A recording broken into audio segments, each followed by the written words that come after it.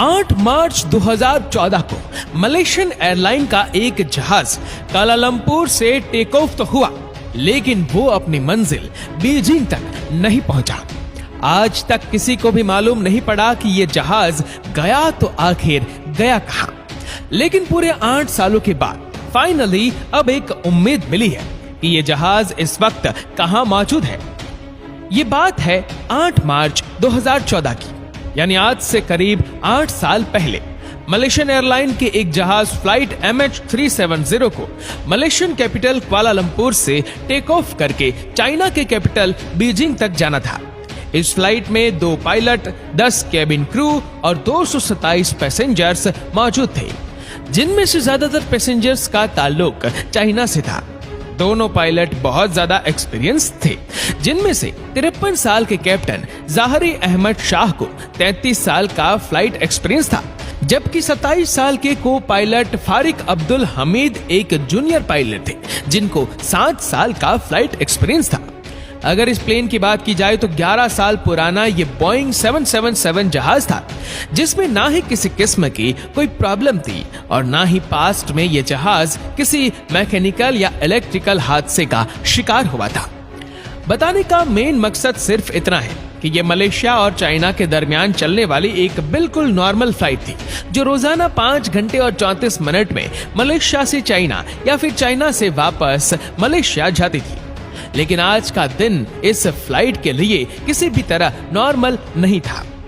बेशक flight MH370 को सिर्फ 5 घंटे और 34 मिनटों के लिए उड़ान भरनी थी, लेकिन टेक ऑफ से पहले इसमें जरूरत से ज्यादा फ्यूल डाला गया, जिससे वह 7 घंटे 41 मिनट तक फ्लाई कर सकती थी, यानी अपनी रिक्वायरमेंट से भी 2.25 घंटे ज्यादा। ऐसा करना भी एयरलाइंस की एक रूटीन प्रैक्टिस होती है, ताकि अगर प्लेन को खराब मौसम या किसी इमरजेंसी में कहीं और डाइवर्ट किया जाए तो उसके पास एक्स्ट्रा फ्यूल मौजूद हो। यह दिन था 8 मार्च 2014 का और रात के 12:42 पर फ्लाइट MH370 ने रूटीन के मुताबिक कुआलालंपुर से टेक ऑफ किया। फर्स्ट पायलट ज़ाहरी टेक ऑफ से पहले और उसके बाद भी Kuala Lumpur air traffic control tower से डायरेक्ट कांटेक्ट में थे। टेक ऑफ करते ही जहाज ने अपनी डायरेक्शन साउथ चाइना सी की तरफ कर दी और ठीक 20 मिनटों के बाद यानी रात के 1:09 पर जहाज में लगे ट्रांसपोंडर ने अपनी current GPS location Kuala Lumpur air traffic control tower के रडार को भेज दी। ये ट्रांसपोंडर का ऑटोमेटिक फंक्शन होता है, जो हर थोड़े टाइम के बाद अपनी करंट लोकेशन करीबी रडार तक पहुंचाता है। अभी तक सब कुछ ठीक प्लान के मुताबिक चल रहा था। इसके ठीक 10 मिनटों के बाद यानी रात के 1:19 पर जब फ्लाइट MH370 मलेशिया से निकलकर वियतनाम जाने लगी तो कुआलालंपुर के कंट्रोल टावर ने आखिरी बार फर्स्ट पायलट ज़ाहरी से कांटेक्ट किया और ये अल्फाज बोले, Malaysian 370, contact Ho Chi Minh 120.9. Good night. Good night, Malaysian 370. इसका मतलब था कि अब फ्लाइट MH370 को वियतनाम की सिटी हो ची मिन के कंट्रोल टावर से कांटेक्ट करना चाहिए। फर्स्ट पायलट कैप्टन ज़ाहरी ने यह मैसेज सुना भी, उसका जवाब भी दिया, गुड नाइट MIS 370।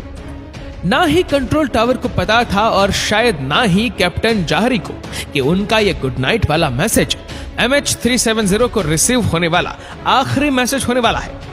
ये वह वक्त था जब फ्लाइट को टेक ऑफ किए अब पूरे 37 मिनट गुजर चुके थे।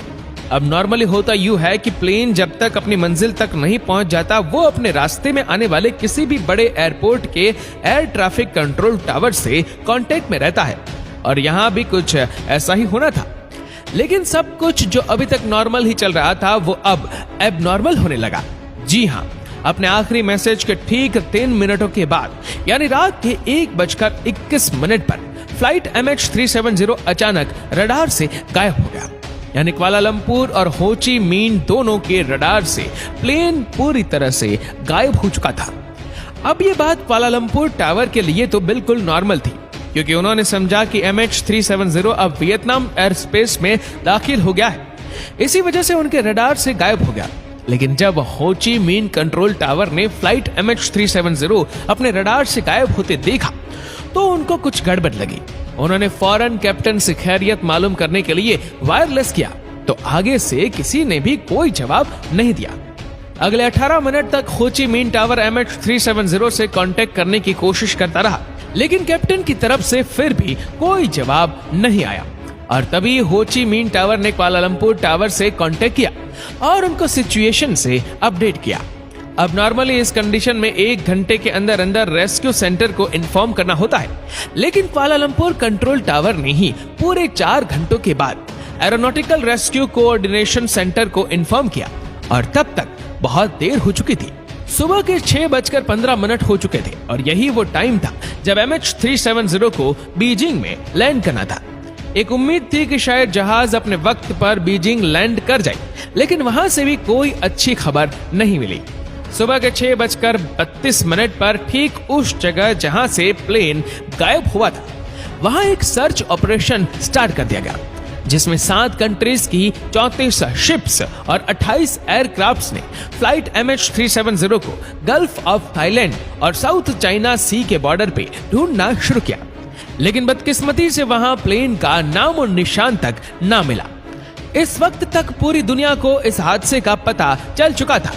टीवी, न्यूज, वेबसाइट्स और सोशल मीडिया सब के सब सिर्फ यही खबर दिखा रहे थे। इस दौरान कई मुल्कों की इन्वेस्टिगेशन टीम भी सर्च ऑपरेशन का हिस्सा बन गई। प्लेन का अचानक तमाम रडार से गायब हो जाना वाकई किसी को भी हजम नहीं हो रहा था। और अगर वो इस एरिया पर समंदर में क्रैश भी होता तो इतना बड़ा जहाज है, कोई ना कोई चीज तो पानी पर तैरती हुई जरूर नजर आनी चाहिए थी। अगले पूरे 4 दिनों तक ये सर्च ऑपरेशन चलता रहा, पर कहीं से भी कोई अच्छी खबर ना मिल सकी। लेकिन फिर चौथे दिन एक खबर आई जिसने तमाम रेस्क्यू ऑपरेशन टीम को हिलाकर रख दिया। 8 मार्च को 1:21 पर फ्लाइट MH370 जब रडार से गायब हुई थी, तो वो सिविलियन रडार से गायब हुई थी, लेकिन मलेशियन मिलिट्री के एक रडार पे वो अगले 1 घंटे तक शो होती रही। और उसके बाद जो कुछ हुआ वो कुछ यूं था। सिविलियन रडार से गायब होने के बाद जहाज ने चंद मिनटों के लिए राइट पे जाना शुरू किया और फिर यू टर्न करके वापस मलेशिया की तरफ टर्न किया। पूरे 31 मिनटों के बाद जहाज ने मलेशिया के शहर पिनेंग को क्रॉस किया और फिर मलाका स्ट्रेट की तरफ टर्न कर गया। आखिरी बार जहां तक मिलिट्री रडार की रेंज थी, फ्लाइट MH370 को इंडियन ओशन के इस पॉइंट तक डिटेक्ट किया गया और इस वक्त रात के 2:22 हो रहे थे। अब इसके बाद MH370 ना ही मिलिट्री रडार पे शो हुआ और ना ही किसी सिविलियंस रडार पे। पूरी रेस्क्यू टीम और इस प्लेन से जुड़ा हर शख्स सिर्फ यही गुत्थी सुलझाने में लगे थे कि प्लेन गया तो आखिर गया कहां। इससे भी बढ़कर जो चीज तंग कर रही थी वह ये थी कि प्लेन ने बीजिंग की बिल्कुल अपोजिट डायरेक्शन में शार्प यू टर्न क्यों कर लिया। जो रेस्क्यू टीम पहले गल्फ ऑफ थाईलैंड और साउथ चाइना सी में प्लेन को ढूंढ रही थी, वो अब इंडियन ओशन के इस हिस्से में ढूंढना शुरू हो गए। लेकिन हैरत अंगेज तौर पर यहाँ पर भी प्लेन का कोई अता पता ना मिला। अगले कुछ दिनों बाद एक और खबर मिली और उसने एक बार फिर से पूरी सिचुएशन ही चेंज कर दी। पता ये चला कि प्लेन मिलिट्री रडार से तो 2:22 पर गायब हुआ, लेकिन एक सैटेलाइट ऐसी थी जिससे वह लगातार कांटेक्ट में था। आपको यहाँ पर यह बताना भी जरूरी है कि ये बोइंग एयरप्लेन्स के लिए एक नॉर्मल बात होती है जब उनका अपना कम्युनिकेशन सिस्टम किसी वजह से खराब हो जाता है, तो वह सैटेलाइट से कांटेक्ट करने की कोशिश करता है। प्लेन ने ऑटोमेटिकली ठीक हर 1 घंटे के बाद 35,000 किलोमीटर दूर इन इनमारसैट नामी सैटेलाइट से कांटेक्ट करने की कोशिश की। इस सैटेलाइट पर सेव डेटा की मदद से एक्सपर्ट ने एक कॉम्प्लेक्स कैलकुलेशन परफॉर्म की, तो आखिरकार फ्लाइट MH370 के अगले मूव का भी पता चल गया। पता यह चला कि प्लेन रडार से भी गायब होने के बाद मलेशियन एयरक्राफ्ट ने दोबारा एक टर्न लिया और अगले 5 घंटों तक इसी डायरेक्शन में इंडियन ओशन के ऊपर फ्लाई करता रहा। सुबह को 8:19 पर प्लेन ने आखिरी बार सैटेलाइट से कनेक्शन बनाने की कोशिश की और ये MH370 की तरफ से मिलने वाला सबसे आखिरी सिग्नल था। इसके बाद ना ही प्लेन ने किसी और सैटेलाइट से कांटेक्ट किया और ना ही किसी और रडार पे शो हुआ। यानी जिस वक्त रेस्क्यू टीम पहली बार जहाज को ढूंढ रही थी, असल में उस वक्त जहाज फ्लाई कर रहा था लेकिन उसकी लोकेशन वहां से बहुत दूर थी। एक्सपर्ट और इन्वेस्टिगेशन टीम का मानना है कि ऑस्ट्रेलिया से 2000 किलोमीटर वेस्ट में इंडियन ओशन के ठीक इस कर्व स्पॉट पे आकर जहाज का सैटेलाइट से कनेक्शन टूटा। यानी कुआलालंपुर से टेक ऑफ करने के बाद इस कर्व स्पॉट तक पहुंचने में इस जहाज को पूरे 8 घंटे लगे और जहाज में टोटल फ्यूल भी सिर्फ इतना ही था।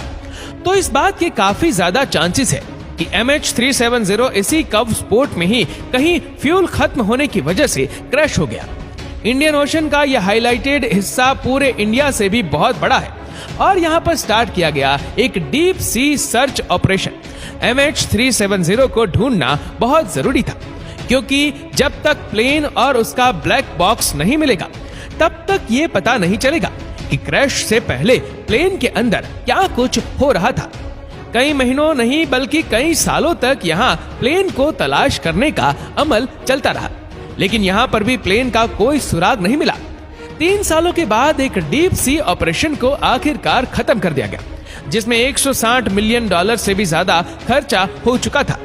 सर्च ऑपरेशन के दौरान प्लेन का तो कोई अता पता नहीं मिला, लेकिन 2015 में यानी प्लेन के गायब होने के 1 साल बाद प्लेन का राइट क्लेप्रोन तैरता हुआ आइलैंड ऑफ रीयूनियन के साहिल पर जा पहुंचा। ये प्लेन का वो हिस्सा होता है जो लैंडिंग के वक्त काम आता है। मिलने वाले इस फ्लैप्रोन पर जब तहकीकात हुई तो एक और खौफनाक हकीकत से पर्दा उठा। एक्सपर्ट्स का मानना है कि जिस वक्त MH370 पानी में क्रैश हुआ उस वक्त ये फ्लैप्रोन एक्सटेंडेड नहीं था और अब अफसोसनाक तौर पर इसका मतलब ये है कि पानी पर क्रैश होते वक्त जहाज अपनी नोज के बल समंदर में जा गिरा। अगले कई सालों के दौरान प्लेन के कई और हिस्से भी अफ्रीका के साहिल से मिले, लेकिन आज तक प्लेन और उसमें बैठे पैसेंजर्स का कोई सुराग नहीं मिला। मलेशियन फ्लाइट MH370 के अंदर गायब होने से पहले क्या कुछ हुआ ये आज तक किसी को भी मालूम नहीं था।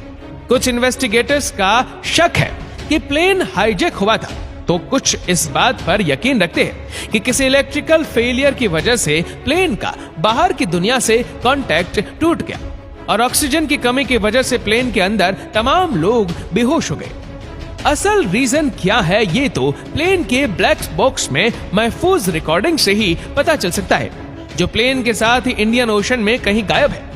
MH370 के गायब होने के पूरे 8 सालों के बाद फरवरी 2022 में एक बार फिर से प्लेन के मिलने की उम्मीद दिलाई गई। एक British retired aerospace engineer Richard Godfrey ने दावा किया है कि वीक सिग्नल प्रोपगेशन एनालिसिस के जरिए उसने प्लेन की असल लोकेशन का अंदाजा लगा लिया है और हैरत अंगेज तौर पर रिचर्ड ने जो पिन पॉइंट लोकेशन बताई है वो भी इंडियन ओशन के इसी कर्व एरिया में मौजूद है। रिचर्ड का मानना है कि उसकी बताई गई ठीक इस जगह पर ओशन के 4000 मीटर नीचे मलेशियन एयरलाइन का गुमशुदा जहाज अभी भी मौजूद है। ये उतनी ही गहराई है जितना नीचे टाइटैनिक शिप पूरे 74 ईयर की कोशिशों के बाद 1985 में मिला था।